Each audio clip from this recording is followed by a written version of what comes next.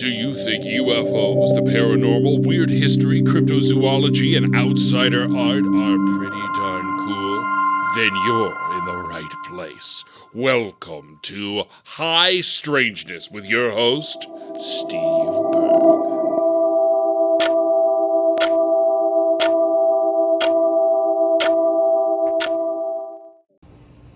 The video version.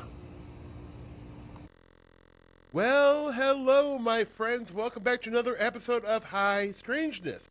Today, I have on Nebraska-based Bigfoot researcher Richard Soule. Richard, how are you doing, pal? I'm doing great. Thanks for having me on today. Oh, Richard, well, it's a true honor. I mean, I was just mentioning to you, for since I've been doing this show, I will mention Nebraska Bigfoot sightings, and I think a lot of people are like, "Oh, come on, Bigfoot in Nebraska? That can't be." But there's actually a really long history of Bigfoot sightings and Bigfoot events in Nebraska, right? There is, and there is, it's actually Nebraska is one of the states with some of the longest miles of rivers. And so outside of Texas and Alaska, we have some of the most miles of rivers of any state. So the water is a big deal, and we know that they utilize the river systems. And one of the earlier sightings, which was verified through the media, was a famous Charles Starkweather was a famous mass murderer from here in Lincoln, where I'm living, and that was documented in the newspapers when they interviewed him. He talked about uh, living along the Salt Creek, and in the morning it would have been like probably 56 or 57, which was well before Bluff Creek in California. He had no real understanding of what was coming to his window, but he had sightings. A female Bigfoot was coming to his window, and when an article was written about it in the 70s called "Death Had a Sagittal Crest," and Starkweather described what he called death was following him, of a female Bigfoot with a conical head, and it had a mournful cry. It was hairy, he could see it from the waist up. And it had a mournful cry when it would leave his window in the morning. He would see it in the early morning hours. And it's really a classic kind of sighting of what somebody would describe even today. So, long history of it, and even a kind of infamous history in that way. But along Salt Creek, we've had here in Lincoln, there's been a lot of sightings. Omaha, even recently, there was a sighting by the Henry Dorley Zoo, and that's on the BFRO website. Yep. Matt Moneymaker actually did that investigation. So there's a long history, and really, like I said, the actual ecosystem, or the biodiversity of Nebraska, supports them, and they've been here a long time. They've been here. The Native Americans have names for them. I go up to the Omaha Reservation, and they call them the Hinskubainu or Seatonga. So there's a very rich history in Nebraska, and we're certainly underreporting most of it, I would say, Steve. Yeah, I would definitely agree, because even if you just go to like newspapers.com, I can find sightings going back to the 40s and 50s, and there's a lot of them. But they're not like they're old cases and stuff like that. And just going back to the Charles Starkweather, you were saying he lived along the Salt Creek in the 1970s. There was a handful of sightings along the Salt Creek, right? Yes, there absolutely was. There was one along, I believe it was not too far from Superior Street, which is north. This is on the north side of Lincoln. And Salt Creek, it meanders through the Lancaster Valley here, which there's three or four creeks that intersect and flow into the confluence of Salt Creek. And then from there it goes to the east and flows into the uh, the Platte River and in the Missouri River. So it all kind of connects these water webs. But there was one in the 70s along there. A motorcycle rider had fallen off his bike, and he had seen Bigfoot cross the road, and he fell off his bike. There's been some sightings by the water treatment plant, which was off of 84th Street. And so there was a history of a couple younger ones. We believe they were probably juveniles. They were crossing a field near there, that was reported. And actually, similar to like deer or bear, they have twins or triplets. They may have multiple than just one offspring or one child, and I've seen that in my research. So it's kind of fascinating when I see things like that correlate to some of the research I've done. But there's been absolutely a lot of sightings, and like I said, I think a lot of it has been under reported for a state as big as we are. I know there are farmers and that sort of thing that have experiences, and they just, would not feel too comfortable going down to the small town cafe and start talking about what they saw at 4 in the morning when they were headed to the barn. A Right. lot of it's underreported, but there's some really good research that's been done here. And I myself, I go up to the Omaha Res. I spend a lot of time there. And on the Omaha Reservation along the Missouri River there's just a ton of sightings. I mean, it's just a matter of fact Yeah, there really in is. those. Hmm. Absolutely. I want to go back just to, how I've kind of discovered you. So I remember I moved back to Nebraska about, oh gosh, like in 2021. Now I can't even remember exactly when. But anyways, it was a few, 3 or 4 years ago. And I remember Hmm. coming back, and it was during the pandemic, and I had some free time because my line of work was kind of out of commission at the time. So I'm like, well, I'm going to look into, all the, high strangest, interesting things going on in Nebraska. And the first person that popped up was you. And I found your incredible website, the Knox Gigas website. And it's got a bunch of great research. But what was really important to me, it was I finally discovered someone who had been documenting all these Nebraska cases. And you have a ton of them in there with wonderful descriptions. And you've really been doing the legwork. And I'm not sure, maybe there's other researchers around, but like Richard, like you're, in my opinion, the Bigfoot guy in Nebraska. Well, I have pretty much embraced it. I actually got started. It's been an interest of mine when I was, a child, watching it in search of on on TV back in the 70s.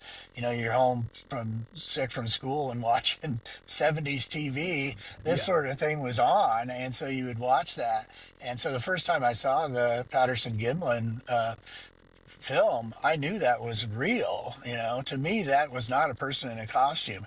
And we know we validated that. The Russian researchers who I've done some research with in the early 70s, they validated it as just through scientific practices, the body mechanics and physiology of it, that it was absolutely not a person in a costume. So, I I got caught up in it, and it wasn't really until later in life that the internet. I'm an older gentleman, so I existed prior to the internet, but there was a lot of stuff on the internet then, and the BFRO had started publishing stories and that sort of thing and tracking that, and so I started reading it, and then back in 2011. There was it listed on their website they were having an expedition here in Nebraska, and I emailed to see if I could participate in it. They interviewed me. I was accepted to participate in that first expedition, and it was out in Pine Ridge National Forest, which is Amazing. essentially, yeah, it's northwestern or northwestern corner of the state. Essentially, like South Dakota, you have the Black Hills. Well, that Pine Ridge is actually like a sister to the Black Hills. It's much more remote. It doesn't have the camping like where you can have plugins and outlets and that sort of thing. If you're going to go there, you have to be off grid and do remote camping. But we went in there, and I was expecting, I might see something with the binoculars, that sort of thing. Right. And we had them come into camp. We had all kinds of activity. The gentleman who did the expedition, it was mainly just BFRO researchers. It was really kind of a private. He only had three researchers from Nebraska and one other family from Colorado, but that was it. Normally, these kind of expeditions, they have like 70 people. They want to make Wow. money, Yeah. so it was very small. And I got into it there, and once I knew for sure that they were here in Nebraska, I really embraced it. And I was into mountain biking through Wilderness Park, which is along the periphery of Lincoln here, and I started seeing their tree structures and that sort of thing in areas. And so at that point, then I just took a great interest in it, and things kind of grew from there. The place that we had done research for that first expedition, we went one more time in 2012, and then there was a fire, a forest fire, and it burned down the whole area that we had been doing research. And it was fortuitous for me because that kind of forced me then to look more outside of that area, because I thought, that's my research area, but that kind of disappeared. So I started doing things more locally, and then I got connected to the Omaha, to Barry and Dee Webster, and we just hit it off with the research we were doing. And so I started going up there. But I had been on expeditions in other states, Colorado, New Mexico, and Iowa, and got a lot of really great exposure to what you need to look for, and then started having activity here and started gathering stories from other people. So it's really been a fruition of something from my childhood that I kind of engaged in as I got older. And then I started my website to kind of be a repository for all this information. So I'm glad that you found it, Steve. So Oh, I, yeah, Richard. I mean, when I found it, it was like finally, this is what I've been waiting for. It's like here's a kind of a one-stop shop for Nebraska. I mean, it's got so much other research on it, right? But my initial interest was obviously the Nebraska stuff, and I was like, oh my God, someone did it. Someone finally like took the time to eloquently put together this great research in history, really, because like I'm a big like I love folklore and I love like the paranormal, UFOs, cryptozoology and stuff. But I always worry that these stories are going to disappear, Richard. Because Mhm. they're not in textbooks, they're not in a lot of published stuff. So what like your preservation work for the state of Nebraska is wildly important to me, and I was so excited. I immediately wrote you, and you were so nice. Like you were telling me places to look, and you really took the time to like kind of like give me some instruction because I was new to the Nebraska Bigfoot scene. But again, I just want to thank you so much. But like, let me before we jump, kind of jump in and start getting granular with us and stuff. I definitely want to talk about your research on the Omaha reservation because that's kind of the focal point of what you're doing. But I remember you mentioned to me in one of the first email exchanges that you were kind of like giving me a little bit of putting some caution into my head about gifting and doing it too close to my house. Because didn't you have a little bit of a like run in with or run into some trouble with gifting close to your house? Yeah, a matter of fact, when I first started doing this, I was very naive to the ways of these hominids, and I started through my mountain biking finding their tree and stick structures. That was something that I embraced early on. I learned uh, what to look for, and I gifted a big container of honey in this park not too far from my home. And it was probably 6 months later, I started getting activity around my house, and there was knocking, banging on the side of my house. I had a little rat terrier at the time, and he was older, and I'd take him out at night. One time we went out he charged the back fence I had at, like, my neighbor had grapevines, and he charged over by where these power boxes were. And so I went over to grab him, and he's just barking and kicking up grass. It's probably 11 o'clock at night. I reach down to pick him up, and I look up, and a dark figure is stepping over the fence going into my neighbor's yard. And my Wow. property actually abutted next to my neighbor's, but there was a tree line that connected to Middle Creek, which went into Salt Creek. And it's kind of that water web I was talking about before. I believe they accessed that, and they came down that tree line, and well, they knew it was me. I don't know. They have capability to know things we simply don't fully understand. Whether I had left my scent or something scientific wise, you'd be able to say they maybe could smell me and were able to track me to my home. But I do believe there was a couple of them there because the fence got wore down, the grapevines on several parts of the fence, and they would bang on my house. They would bang on those power boxes. When it stepped over the fence that time, I saw what's called the Ostman pad, which is Albert Ostman's. Is a famous story that John Green documented. The back of their foot is kind of this dark, kind of thick pad. And so I saw that. And when I first saw that stepping over and the fear that hit me, it was overwhelming. I really didn't know. I mean, I had to kind of like really question what was that. I didn't fully understand, acknowledge that they were visiting me, and so that experience just kind of opened the door to me.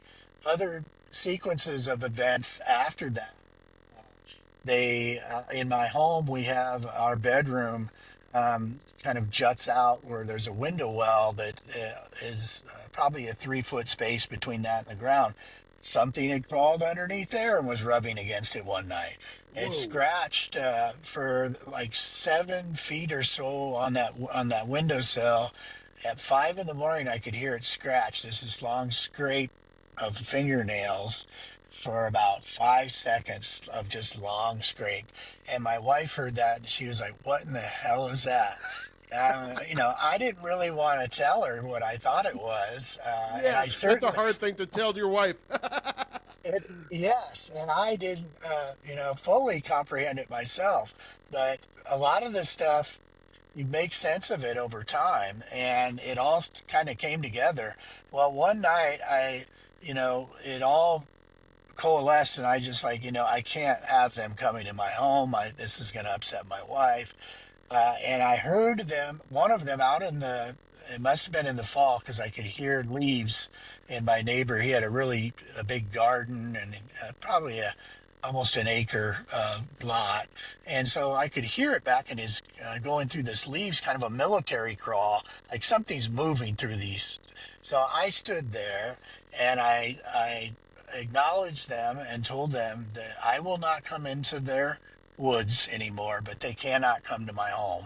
I don't want you coming here, and I appreciate you giving me attention, but I will not come to your home, and I don't want you coming to mine. The other side to that, Steve, is and this has been a part of the research that I've kind of gotten into this, is a spiritual side. I am a Christian, and I did pray that for my family for this to end because I was very concerned. My dog, I didn't know really what was going to happen. I didn't fully know what could or it was just troubling to me that I put myself in this situation.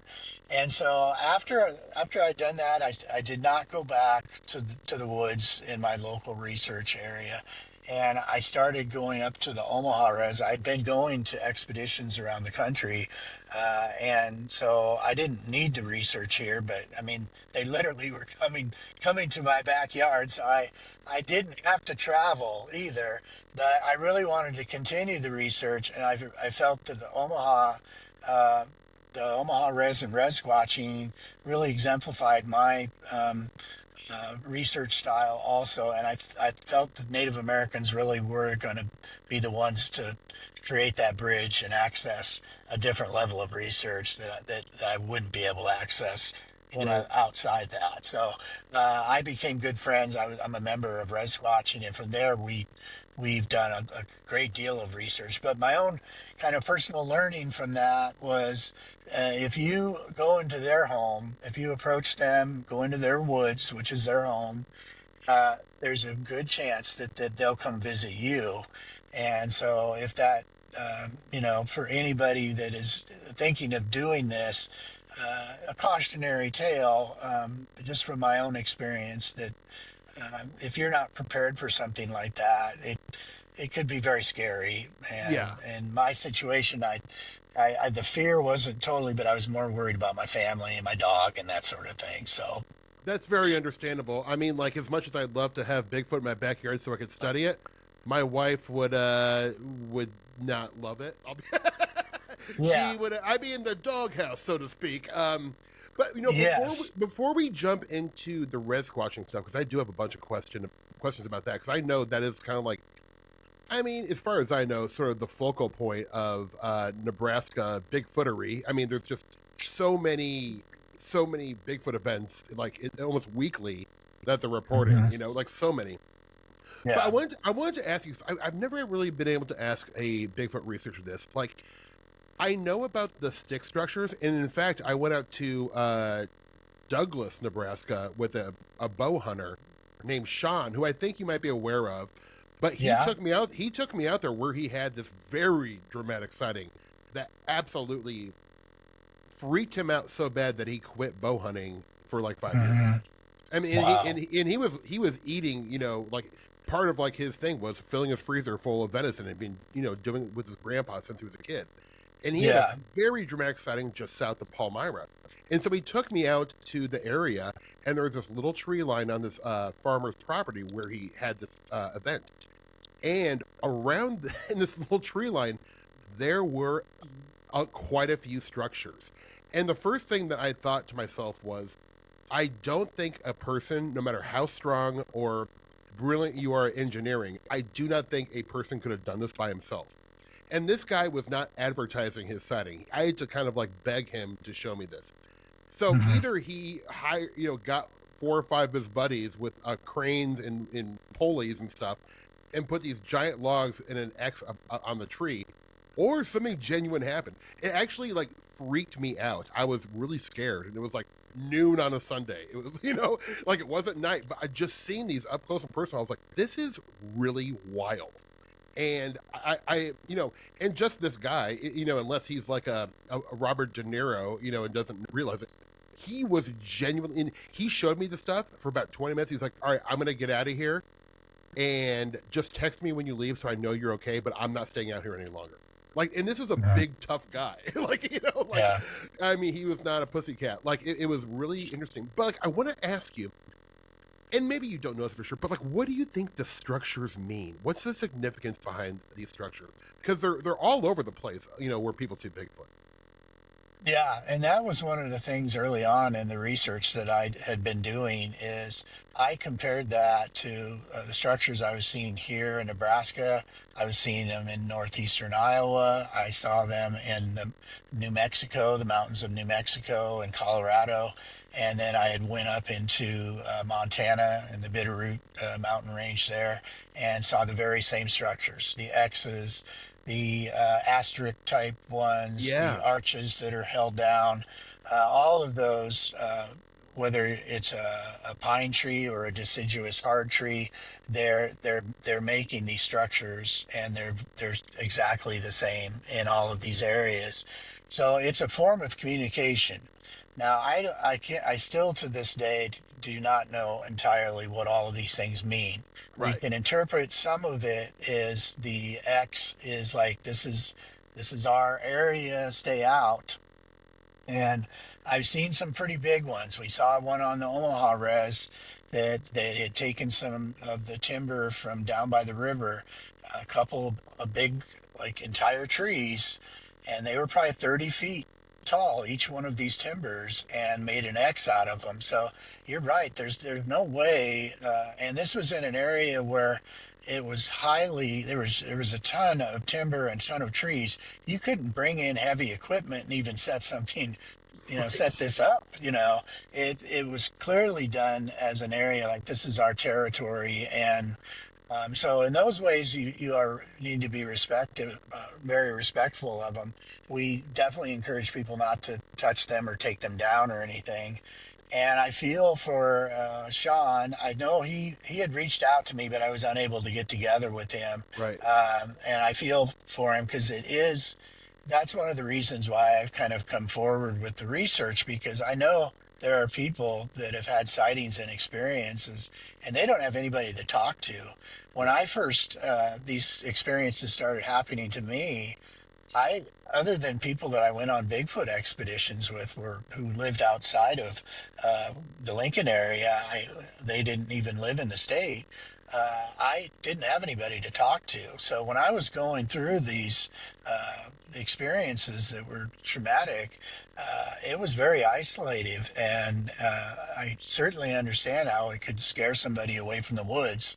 For me, the research of it was just too compelling for me not to push forward, and it because it was something that I'd always, since I was younger, walking whether I was up walking through the woods of around the different rivers, from the Platte River to here in Nebraska to different rivers that we have. They I had you had feeling. I kind of felt that there was something else there. Hmm. There's this feeling that you're not alone. And sometimes it's that fear that you were talking about. So I always kind of knew there was, but I wasn't for sure until I went, on an expedition. And these tree and stick structures are absolutely signs of their existence, and they're communicating. And it'll give you goosebumps once you start seeing those. And a lot of people do have that same reaction. It's frightening to know, because you can't discount it at that point. It may be in your head that, oh, they may or may not be here, but what just made this? This is a real. This exists here. I'm looking at it, and something very big made this. Right. Right. Yeah, that's kind of the same feeling I got because I was like, it almost scared me more. I'm like, if this guy did all this as like a expedition or show for me making these structures, I'm like, that's almost scarier to me. But like, I'm like, there's just no way that this guy, because I mean, like, Sean, I had to really like, he did not want to show me first. He's like, simply because he's like, I don't want to go back out there. And finally, Mhm. he did. He's like, "I'll show you for a little bit," and then he was like, "I'm out of here." And not to mention, he had two guns on him. Like, and he told me to bring a gun. I'm like, "Look, I'm not a gun guy, but like, I respect it. Whatever you want to do." But I mean, like, this was a man who had seen something. Like that's all I could Yeah, like really say. Like, he had an experience that shook him bad. So yeah. I thought that was really interesting. But I wanted to ask you too, like, because I know you're kind of come from a sort of like a scientific like angle with a lot of this stuff. Have you noticed like any patterns in like the Nebraska sightings, like in terms of like is there a time of year that tends to be higher with the They sightings? what one of the things that I sort of developed a theory around was when we first started doing expeditions. The first one I was on out in northwestern Nebraska, the Pine Ridge, we were not too far from an aquifer where fresh water is coming up out of the ground. Hmm. And so that made a lot of sense to me. They need it there. If you're a large meat eating uh, hominid, you need to digest the meat, you need water to do that. And so fresh water is very important to them. So the freshest source of water is these aquifers. And so I started looking at that, even just beyond that, the water source, but the actual ecosystem. And the karst system is what really stands out to me as a viable ecosystem that they exist in. And one of the things is with karst systems, is that they have, like in sandstone, you'll have floods in these areas and it'll wash out cave systems. And so you'll have systems of underground caves along with this rivers, and then these types of aquifers where you have spring heads and that sort of thing.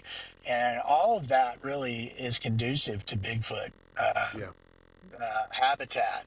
And so when you start looking at it under those lens, Nebraska has a very large underground, the Ogallala aquifer, and then I talked about the rivers before. But all of that is integral to their existence, and so Nebraska is really an ideal place for them when you look at that because. Mhm. I do believe they have a subterranean existence. They use these caves, these karst system caves during the day when it's really hot in the summer, and during the winter, cave will be regulate its temperature, maybe around 50 degrees or so. So it would be warm in the winter, and it would be cool during the summer, and it allows you to be reclusive. You know, Yeah. you can be in a forested area, come out at night, do some hunting and get what you need, go back, disappear during the day, and the terrestrial men are not going to see you. They're just Right. not going to be exposed to you. And typically, what happens is these hunters get out there at times of the day, maybe early morning when they're going hunting, and they have these crossover experiences, and then it just shatters their paradigm, the world that they're living in, because they had no idea they were out there.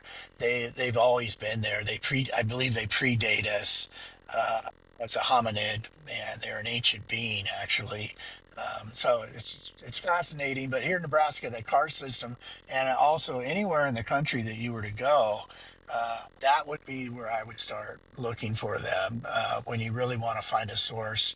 Find the car system, find that water source, find then those tree and stick structures around there, and you're going to get yourself in their habitat. You're going to get Yeah. very close to them. So, in terms of like the car system, I actually didn't even know what a car system was until I saw your website, and then I learned what a car system was, and learned that we had Hmm. them in Nebraska. But like, is there like access points that can be seen by by us, like the like because I like while there's a car, there is definitely a car system in Nebraska. I've never seen or I've never heard about an entrance or an exit or a way to access the car system. Oh, and there's a variety of options there. One of them, which is feasible for them, would be through the river itself. Mm, They could have an entrance, and under like the Missouri River, they could be entering a cave underwater and right. then accessing it that way, which would they're excellent swimmers. So in that capacity, and I've heard them swim. And Really? seen, yes, absolutely heard that. I had one in Omaha as one did a bluff charge from an inlet, kind of oxbow of the Missouri River, Whoa. and it absolutely just blew me away. The loud, uh, the just voluminous sound of it, and the water. It sounded like an orca whale Oh, like charging, and this wave of water was coming at us, and this was in the middle of the night, but you could hear the water, and then it just erupted with this sound, this scream that came from the water. And I thought if it was going to jump up, we were standing on just this kind of ledge above the water. And I thought if it jumps up there and I see this big hairy Bigfoot, this might be it for me. I, I really it, thought that Barry and I had to, once it didn't, it was a bluff charge. Once the sound dissipated, which really, it just went right through me. The sound was so loud. And once it stopped, then Barry and I looked like, let's get out of here. We've got to go. It's time yeah, to go. But yeah. yeah, so they could be a water access like that. That would be one way. Another way, they can block an entrance, like in the Salt Creek. We know that goes through Wilderness Park here in the Lincoln, Nebraska. There's Robbers Cave, which was a Mm-hmm. very old cave. The Pawnee Native Americans were here, and they were using the cave system prior to us. But there's tours of this Robbers Cave. You can go see it, but it's a Dakota sandstone, and so the cave itself extends all the way many miles. I think 5 5 miles or more, all the way out to Wow. Wilderness Park and to Pinehurst Park, and then out even towards the Nebraska Penitentiary. So that most of that is all closed off. But they could enter at various points, sinkholes. I've had experience camping next to sinkholes, which I don't totally recommend, but they come in and out of these entrances that they can have hidden. And you got to understand they're intelligent beings. So they're not just going to have like this big, open cave, and this is where they're trotting in and Right. out of here. Right. So they're going to have an entrance that's going to be isolated and it's going to be hidden. Could even be an old tree stump, and they just lift it up, something you'd see in a cartoon or something. You Right. can't, overlook any real thing that they would do. I know, like when they access the river to get a drink, if they're on land, they'll push over a tree, and so you'll see a tree or a log pushed over in a river. They'll get on that log so they don't leave any tracks along the riverbank, and just kind of crawl along the log and drink water and then exit through the tree and not leave any footprints. So they're very wise to their environment, much more understanding of nature in that capacity. When we're in their home, their woods, these riparian forests along rivers, they see us long before we even have any understanding that they're in there. But you can go in these places and acknowledge that they're there and talk to them, or if you see their tree structure, you can acknowledge it. They're watching you. There's a sentinel Yeah. always there.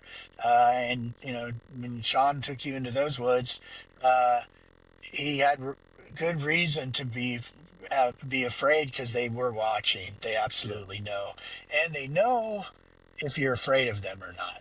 Yeah. They absolutely know if you uh, can be intimidated, if you are somebody, they can sense your emotions. Similar, we had draft horses when I was um, years ago, and they had them for parades and stuff, and those big, draft horses. They sense if you're afraid of them or not. Yeah. So I would hold on to the draft horse and be talking to it. But if somebody else tried to do it, I mean, he would just lift them up off the ground.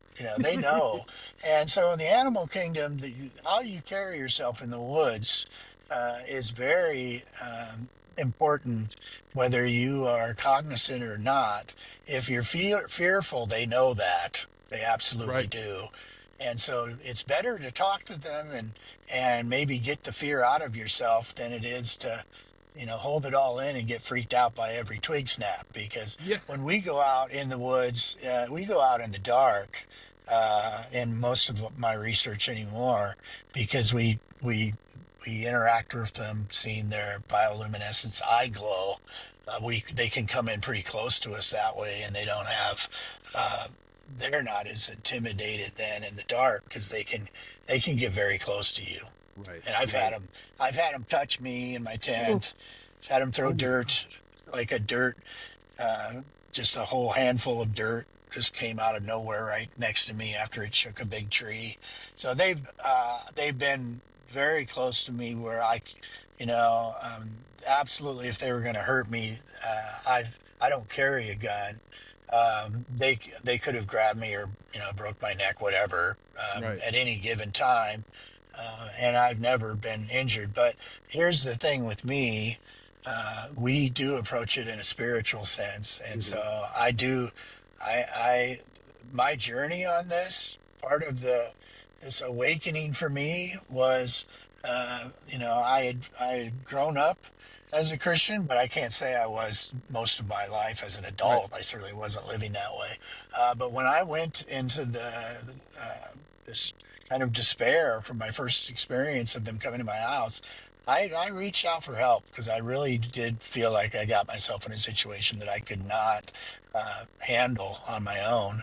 And that, since I did that, I can honestly say I do not fear them. There's times in the woods I'm there in the dark and we're out somewhere, and you get a sense that they might not want you there. That feeling is there, but we'll talk to them. We might say a prayer and then move on. But that's been a part of it is overcoming fear. If Yeah. you can't overcome that fear, you're not going to go out in the woods with them ever again. You have to make a conscious choice to overcome that, because your first interactions with them, when the one climbed over my fence and I was picking my dog up, the energy that came from it was just a horrific amount of energy that hit me. Like, it did not, it was angry with me, it was angry at my dog, and you could just feel this angst that it Hmm. had. So they operate in more of an animal kingdom sense, and we are so far removed, Steve, from that we really have to get our senses together when we go into the woods, because Yeah. we're at a huge disadvantage with them. Yeah. We think a lot, try to process things that way, but you've got to have your senses with you. And if you smell them, if you have this, feel that their presence are there, they're most likely, not too far away. Right, right.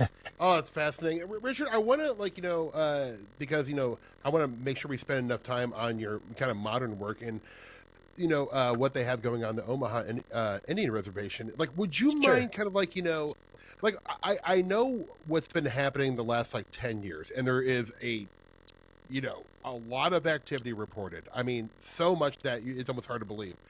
But what is the history of Bigfoot on the res? Like, is the history go back quite a ways? Because I mean, I didn't really, hear about it until Barry and Derek started coming out with their research.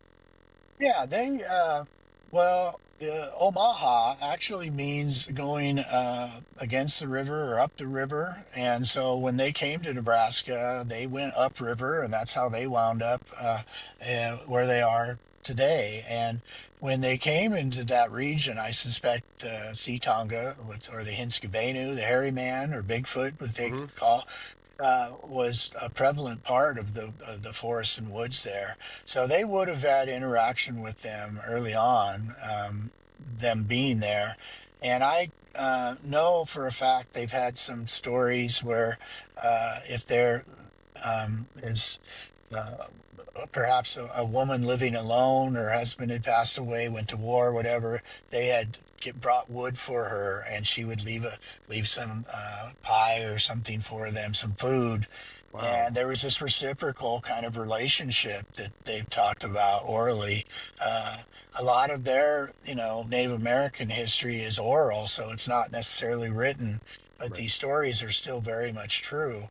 Right. So they have a long history, and when you go up there, without question, the people that live on the Omaha Res, they're in an area that has a riparian forest, and the Missouri River is essentially the reservation, and it is just looming over all of the town of Macy. There is just Yeah. outside of this, and so it was. Initially, this land was given to him, I suppose, because you wouldn't be able to farm this real timbered. It's very steep, uh, called Los Hills. So Hmm. it's formed, this loose soil is formed from like the the glacial period and stuff like that, and they have these low hills. So there's very steep canyons, timber in there, and this karst type system that I talked about. So they've been living there a long time. They've been having interactions, and the people that live in these homes are more isolated too. The houses and stuff that are on the res are back in. Some of them are back in these woods, and very close to the periphery of these riparian forests, and they have interactions all the time, and very interesting stories. So every time I go up there, there's something new happening and a new story that I hear Yeah. about. So I'm from what I'm gathering, and correct me if I'm wrong. Like the people of the town of Macy are most people aware of this, like of what's Yes. going on? So it's kind of like a common thing. They're like, yeah, it's not a big deal at this point. Is that what I'm gathering? Well, historically, the elders were really acknowledged who they are, but they did not want people interacting with them. Right. What Barry and Dee have done has kind of served a purpose, really, because some of the people were really getting almost terrorized by them there. And whether this was, I I don't know if it's purposeful in some of these situations, because I think a lot of the interactions we have are by the adolescent ones. Mhm. Something 8, 9 feet tall, we don't consider that an adolescent, but it really is. Yeah. And so you're having these males come and do what males do, and they do stupid things, and they might knock on a house, they might scare somebody, take some of their food, that sort of thing. And to them, it's all fun and games, but to us, it's absolutely a horrifying Yep. experience. And so what you're seeing is these younger males doing that, and it's very almost mirrors what males in our own society would do. So understanding what you're dealing with here, the alpha male is much bigger, and you're not going to see him. If you do, that's a special thing. Hmm. But he will be in the timber, but he's not going to be coming and knocking on your door and that sort of thing. The ones that are doing that are the younger ones, and Right. he is in charge of the whole clan, and so what he says goes. And we've been in a situation where we had a camp up at Camp Hard Knocks. We had 4 wood knocks around our camp one night. We were up there, and it was the alpha male that had returned. And the young ones had come into the camp and they were poking on us and they were running around the camp. And when Dad came home, he brought some order, and he did these wood knocks all around, and everything got quiet, and they went back up to the tree or wherever they were going. And it was interesting to see that. But yeah, most of these experiences are just the young Uh-huh. ones, adolescent males. And then people by accident will run into the females, and the younger ones tend to stay in areas where they can be protected. There's always probably a young male who is a sentinel in the woods that is always watching for us. And, they have good reason to be leery of us. And I have, on my website, I've got a contagion theory that I bring up that talks about the contagions that like smallpox that affected Native Americans, and then the plague over in Europe, and how those took place. They coincided at the same time period, how they would have also most likely affected these hominids also, and that Right. interaction. And the oral history that we have from all Native Americans, there was kind of this epoch of a break from that. And we saw the same thing in the history in Europe from the plague. 50 million Europeans died of the plague.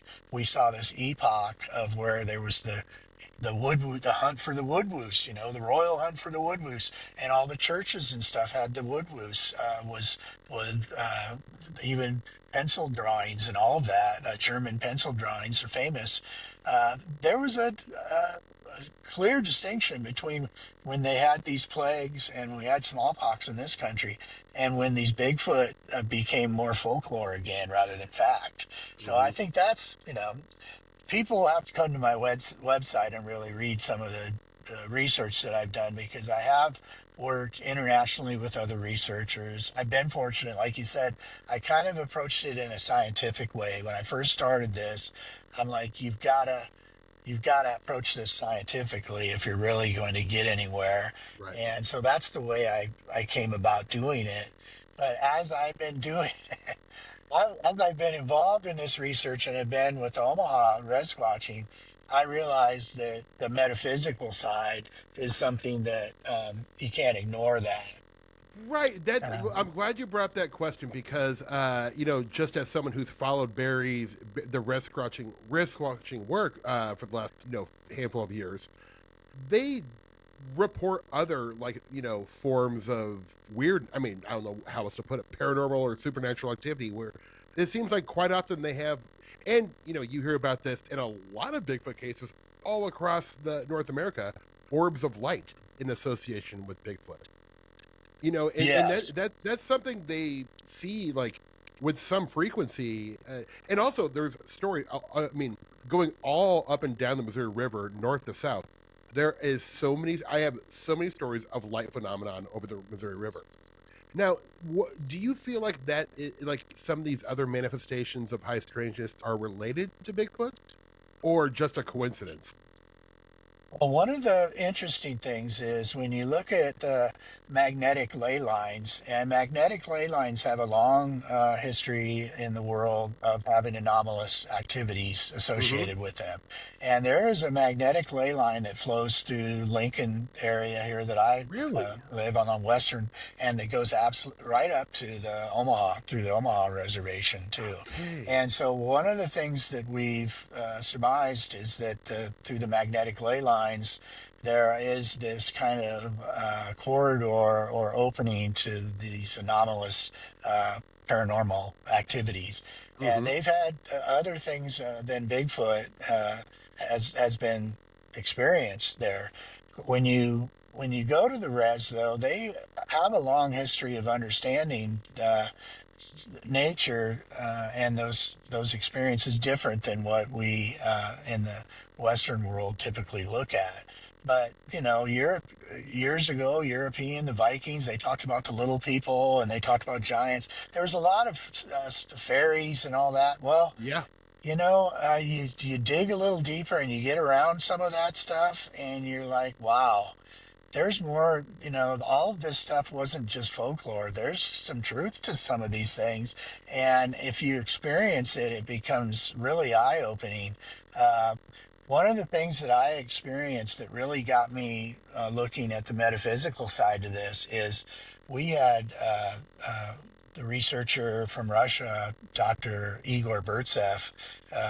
He came up and visited the Omaha Res, and he helped. I actually collaborated with him with some research. And so when he came up here, um, we went out to greet the sea tonga. We went there during the day and had some wood knocks in this area, and at night. And we told them when they knocked back and forth that this is Dr. Birdseff. He's come all the way from Russia. We're going to come back tonight. And so when we came back there later that night, we were standing there in complete darkness. Your eyes can adjust to the dark in about half hour, 20 minutes. But if you stand in complete darkness, you're going to be able to see some of these anomalous orbs and that sort of thing. The first thing that I noticed was a blue, almost like a light mist filtering about a foot off the ground come from Right. back in the tree line, and it came right along in front of us. And I mentioned this to Barry. I'm like, did you see that? And he goes, yeah. He goes, they're going to cloak. And I'm like, okay. Well, it wasn't that much longer, and Barry's talking to me that one of them is right in front of him. He goes, you guys see this? It's cloaking. It's right in front of me. And he goes, it's reaching its hand out. And Barry had always said at one point he wanted to shake their hand. Well, this was uh, a situation that was all too real at this point. Well, I was looking straight ahead and I couldn't really see, but he told me, he goes, brother, look up. So I looked up, and because they're so tall, and if they're standing next to you, this one was like 2 feet in front of me. It, I looked up and I could see the outline of its Oh, hair, like just this very jagged outline of hair and a head sitting on a big shoulders. And when I saw that, I was just in awe because it was translucent. You could see the outline, but you could just see the darkness when you looked at it. But I could see the absolute outline of it. And so I'm just trying to process this whole thing. At that point, I had never encountered anything. I heard some things about that, but my own personal experience, I had not. And so Barry was talking to them, interacting with them, and I was just in a form of shock, trying to rationalize what I'm seeing. But without question, it was the a form and outline of a huge hominid with very broad, probably 4 foot shoulders at least, a huge head sitting right on top of it. And it was within two, just standing right in front of me, Steve. I had to physically look up to see it. to see that outline. At that point, then we had done some prayers and said some things. I never was physically touched at that point. We had one that passed in between us. Dr. Bertsef was kind of having some physical problems. He had some heart issues, so he was taking a heart pill.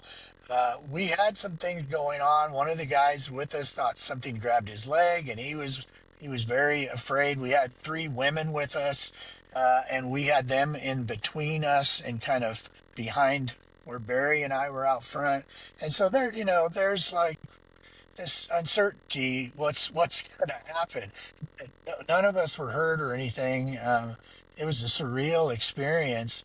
And at that point, seeing the blue light coming by like a mist, which I've only seen stuff on science fiction TV, and then seeing this outline of a hominid, a huge hominid, in front of me, and there was two of them. They both approached Barry and I. Uh, it was just surreal, and at that point on, I had to consider the metaphysical side Yeah, of this and really start researching it, because you are only going to get half the picture if you only look at one side. right. And so I have quite a bit written about it in my website. And even when you look at the research that I've done with their eye glow, which is another whole facet of them, they are able to, their eyes actually glow. They don't, they emit like from photophores in their eyes. It's Dr. Tom Rue, who was a scientist, a physicist. I met him in 2012. He gave the mechanism, a speech at an expedition I was on in Iowa, and he was able to share what he believes is the mechanism for eye glow. And at that point, I had all this research, but I, there wasn't a lot of people who really fully acknowledged this side of them. You would tell researchers, like, yeah, their eyes actually glow. You can see the leaves in the trees around them uh, illuminate when their eyes are open, and they change colors. And so that they have what we believe to have photophores, which are organs in their eyes, like just like deep sea fish. We know this is something that deep sea creatures will have, and these photophores are organs in their eyes that will emit light. And so through luciferin and luciferase, which are the two chemicals, and oxygen, or the oxygenation of that, will create the chemical for bioluminescence, Mm. and then through the central nervous system. So this physicist basically came up with the mechanism how they would do that. There would be a lens cells that would be photoreceptors that would prevent the light from going back in the eye and only project the light outward. And so something that is traversing at night, something living in caves, absolutely would have this capability, and then it starts making sense of the type of existence. And the reason I call my website the Knox Giga Study is because it's named after, in tradition of Native Americans, literally all the Native Americans have a name for these beings. But this actually came to me when I was in the woods, so maybe they gave me the name. I don't know, but I came up with this Nox Gigas, which is night giant in Latin. And so to me, it really represents their uh, being a creature of the night and a hominid of the night. And we are their opposite, as a hope of sapiens, are the hominids of the daylight, or the wise beings. And they are going all the way back to Lioness. They were a Homo troglodyte, which is cave dwelling. They were given a scientific name. So the very nomenclature that we base science in, the founder of that, Linus, he came up with a name for these beings. So we can't ignore these things when you talk about history, Steve. There's a ton of information, and so I've accumulated a lot of this on my website and attempt my best to make sense of it and articulate it so that people can kind of grasp these differences from them and us. But I believe they're an ancient being. They're older than us, but they do have some similar genetic Mhm. predispositions that we have. Oh, that is so fascinating. So I mean, like like in some of the other phenomenon that well, first off, I want to just I don't want to skip the mist. I'm very fascinated by mist and its association with Bigfoot, UFOs, ghostly apparitions. Mist is one of those things that just seems to pop up. Actually, there's a great book by P.T. Watson, I believe his name is, that came out a couple of years ago. But it's about all these stories of, the strange and unusual, where mist is like the precursor. And then out of the Okay. mist comes something, like a lot of dogman sightings, people talk about a mist forms and then a dogman comes out. Or sometimes before a UFO sighting. So like mist seems to play a role, in some of this stuff, and it's interesting that to have it be associated with Bigfoot as well.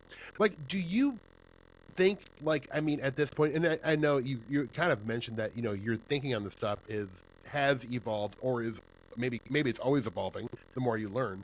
But do you think there is like how natural do you think these creatures are? Do you think they're just kind of like a flesh and blood animal that just exhibits some like traits that are we would maybe consider supernatural, or do you think these things are not necessarily like your I'm having a hard time phrasing this properly, but like that these things, I guess, do you think these things are just natural like earthbound creatures, or do you think they are manifestations of something a little stranger? You're right. You're spot on with that, Steve. They are, in my opinion, they kind of bridge both worlds. They are a metaphysical being in so many ways, but they also manifest in the physical world. Mhm. And I believe they die in our they have a death in the physical body dies, and I do believe we will find that for science at some point. Um, but they are a mystery in that way, and I think it's fascinating that you talked about the mist, because I didn't really know that it's so prevalent with all other paranormal or Mhm. metaphysical things like that. So for me to experience that myself, it was really an eye-opening experience, and that was really what kind of pushed me over the edge on the metaphysical side. But that validates it too. If there's so many experiences like that, then what that was, as Barry put it, he said that they were going to manifest in this cloaking form. So there is a sense, and I originally talked about these ley lines, that this sort of metaphysical world can manifest many times in these Uh-huh. magnetic ley line areas, and whether they're portals, what it is that connects to the physical world that we live in, the three-dimensional and four-dimensional existence, to these higher dimensional, whether they're an interdimensional being. One of the weird things that happened to us on the res, we took a father and son out one time. I think it was Father's Day weekend, and we were hiking up in the dark, and the both of these, the father and son that were behind Barry and I, said that an orb uh, literally fell out of a tree, like it came out of the tree itself, Whoa. and went right behind Barry and I, and they said it came right out of the tree. So interesting enough, trees, the more we learn about trees, they're a whole biosystem themselves, and many times trees are communicating with their root system and all of that sort of stuff. What is going on in our world all around us that's alive and in some ways sentient, that we're not fully aware of. Mhm. But they may be accessing things in nature that we just don't understand. We only hear, I know they communicate outside the lower and high frequencies that we can hear. So we hear within a very small frequency. We see only within a small bit of the light spectrum. all of we know there's things that exist outside of that. So to think that, we have everything figured out, we're just far from the truth. Right. And there are things going on and manifesting at different capacity than we're able to see and test and even understand in our world. But the one thing we know for sure, science is kind of catching up with that. And we're seeing, quantum entanglement, all of this sort of thing that was not even understood in science 40 years ago is being proven today. And even computers, that we have quantum computers and can access information that is boggling to the mind how we do that. All of this is kind of helping us understand this paranormal and metaphysical world that's out there, and Bigfoot are very much a part of that. You can't differentiate it. I mean, at least where I'm standing in it today, the research that I've done, and if you go to my website and look at the research there, it's I do my best to bridge the gap of that, try to have science Right. understand the things that they're doing, but science is supporting it. It isn't saying that it's not true. Science Right. is actually supporting that this exists and these things have capabilities. So I'm just trying to bridge that gap and show, here's the science, people. This Yeah. is what they do. This is what we've been experiencing. This is not make believe. People Right. aren't making this up. And so that's, if anything, legacy for me is that work that I've been laying out is that I'm trying to bridge that gap. And, you have, when I first started this research and still today, you have two camps, whether they're physical or a they call it the woo many Yeah. times, Right. which I don't like that term, because I really think you got to use science, which is metaphysical, and then you can keep it aligned with what exists in the metaphysical world. But they, you had these camps, and they were very, you couldn't bridge between them at all. And so that's been my work. I've been threading this for years now, and I started off with the hard science, but I'm making those connections in the metaphysical world, and I'm not giving up, because I know they exist there. I've faced them literally, Yeah. and have seen that. And so when I'm the type of person, when that happens, I have to understand it. I have to Yeah. work to understand it, and that's just me. Yeah. And the good Lord, if it's by faith that He's put me here to do that, I'm happy to do that, because that's what makes me, gives me reason to wake up every day and I hear explore you. this sort of thing. Yeah, well, I mean, and like, look, I mean, and I'm not, I mean, this is all, totally being genuine. Like, I think, these like kind of like chasing mystery yourself, like getting off the couch and going out looking for the stuff yourself. At the very least, you're getting exercise. You're spending time outside in beautiful areas. Like, there's no downside to go out and researching the stuff yourself. At the very least, you may not experience anything weird, but you're gonna have a lovely day and you're gonna get some nice exercise. And like, I think that's a really positive thing. And I mean, it's fun to hear about your evolution, because I always think like when researchers are fixed on one idea their whole career, their whole life, I'm like, are you really being honest with yourself? Because I mean, like, like I've been into this stuff my whole life, and my how I view this stuff and how I kind of like decipher these stories is constantly changing, Richard. It's like, I think like when you take in new data and incorporate into that what you know, it's like that's just being intellectually honest. So I always like hearing people like you who's like, yeah, I started as hard science, but I can't ignore some of the stranger aspects of this stuff. So good for you for being open minded like that. Yeah, it's absolutely true. And, to this day, the science is still very much a part of my toolbox.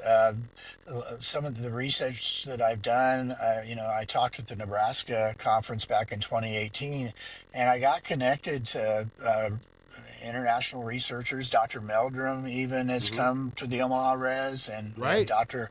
Bertsef. I'm going to be actually posting on my uh, um, YouTube channel the Meldrum recordings that I have Oh, of an wonderful. expedition. When he came onto Omaha Res, we did an expedition with him. And so I had my, um, you know, I was hooked up with all my recording equipment, my giant squid mics and stuff that are in stereo, and I recorded the whole time we were out in the woods and in the dark, and his conversation and his thoughts on things.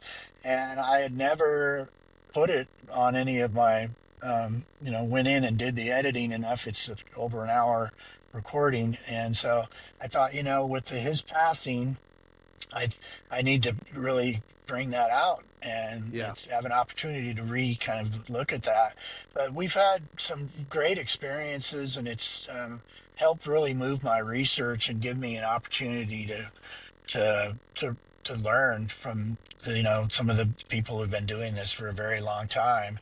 I came up with the theory on some of their genetic evidence, and I got connected to Dr. Bertseff from the International Hominology, and worked on the hominology is actually the science, uh, which will be the science of studying these beings, and it's about these biped hominids.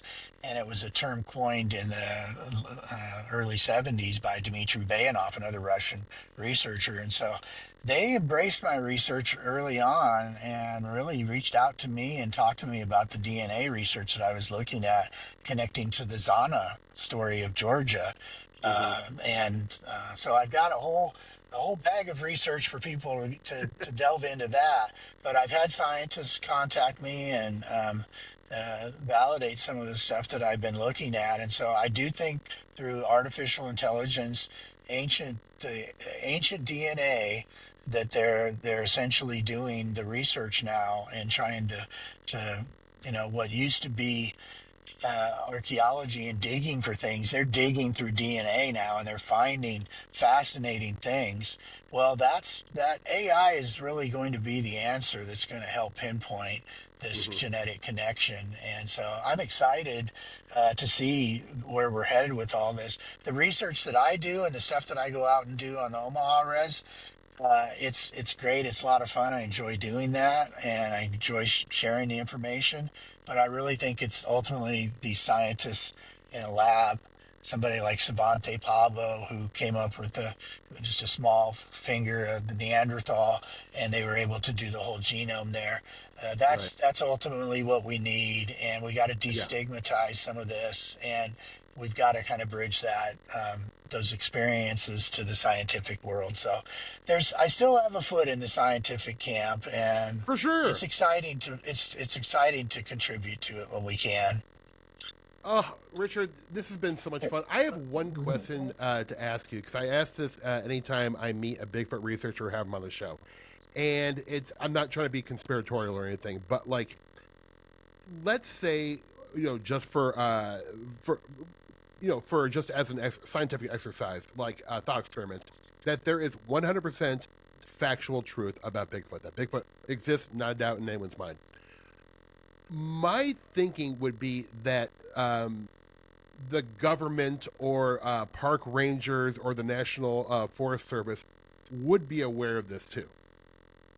Now, what are your thoughts on that? Like, because if there is a an unknown creature that has been able to stay hidden for the most part and kind of elicits these you know superhuman type or like supernatural powers, for lack of a better term, wouldn't you think government scientists, or the Park Service rangers would be wildly interested in this stuff? Like, what do you think their role? Like, what do you think their knowledge is? Like, do they know more than us, or are they interested in all? I mean, I would think they would be researching this stuff heavily as well. I believe they've known about them for a long time, that they've been studying them. I've had personal experiences where I've been on Hmm. expeditions. I was up in New Mexico. We had Osprey helicopters fly over, Black Op Hmm. helicopters fly over our camp. They knew we were there. Uh, we've had them fly over after Dr. Meldrum was on the Omaha Res. Oh, That really? week after that, there was black helicopters flying over Whoa. parts of the woods there. That was initially one of my fears when I started posting this on my website. And when you take a picture of something, it leaves location, that geolocation of Yeah. where your GPS location. And, originally when I first started doing that, I wasn't really that concerned about it. But, over the years, I've been kind of cognizant of, I really don't want to be responsible for endangering something. I don't believe that they are powerless because they're so much faster than us, and they can get Yeah. away. But it's just I don't want to disrupt their world Right. because of me entering in it. And so I've been more cognizant of not making sure that I don't post things that have that there. I know we know, like the Smithsonian and that they have taken over the years, they've had taken fossils and those sorts of things, and you know have the public isn't necessarily seeing all of that. I'm almost positive the government have has some sort of program that they're monitoring that. Most likely, it's the reason they don't want it to know isn't probably what we think. It's probably has more to do with money and economics than it has to Yeah. do with that it's just too weird for us to understand. But Right. they are probably gleaning information from that, and maybe cloaking or something is Right. something that they've learned from how to, how to do light and how to diffract light so that you can't see someone, different things like that we simply don't know. But I do, just from my own experiences, believe that the government would almost certainly have something some knowledge and a program. They're into everything else, so why wouldn't they be into this? I I don't think mean, what yeah. conspiracy. People talk about conspiracies, but the truth isn't a conspiracy. So the reality is, I've had these helicopters around research areas. We've had them fly over at night. Mhm. They're It's just not a coincidence. Yeah. They're there for a reason. Right, right, right. Oh, that is so fascinating. Richard, this has been so much fun. I would beg you to come back on the show because there's a lot of Nebraska cases that I think would be fun for you and I to kind of go through. I could even pull out my Bigfoot files. You can pull out yours, and we can swap stories. But I would love to have you back on because we just kind of scratched the surface a little bit. And folks, Barry, I'm going to let you tell people where they can find more your work and your YouTube channel, stuff like that. But folks, you will find all that in the show notes. So I cannot recommend going to Richard's website and Richard's YouTube page because it's really some incredible information. And also, Richard, I just want to thank you as a fellow preservationist of weird Nebraska stories. I really thank you for your work because you have done more than anyone I'm aware of to document and protect this wonderful history because I do think these stories are important. I'm so scared they're going to go away. So keep on doing what you're doing, my man. Well, thank you, Steve, and I appreciate you having me on the show today. And yeah, we'll have to do this again sometime. It's been great. Yeah, well, and I'd also, I would if you ever need a someone to come tag along on one of these expeditions. I make great lasagna, baked ziti.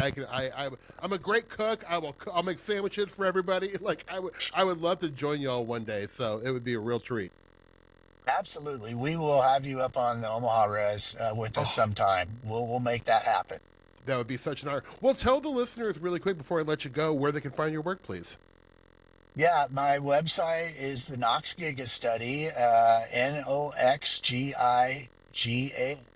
Study, and if you just Google it, it'll pop right up, and you'll be able to go to my website. It's the repository for all my research. I literally dump everything in there, field notes from expeditions, the different researchers I've been with over the years, from Dr. Bertzeff to Dr. Meldrum. All of everything that I've done is in there. There are some things I haven't included, but sometime I'll like I'm always digging through the archives. The Meldrum tape that I have that I'll be putting out will be very soon. So there's just a ton of information, a lot of different research. Hopefully, it'll give you expand your view of these beings. And I just enjoy this sort of thing. It's always been an affinity of mine, and what better way to grow up and be an adult to do stuff that when you were fascinated as a child. So it's great, good I times for me. I'm with you, man. It's like I feel like doing stuff like this and chasing mystery and getting out the cash and going into rural America and looking for this stuff, whether it's Bigfoot, UFOs, apparitions, other cryptid creatures. It is a healthy passion. It really is. It keeps you young too.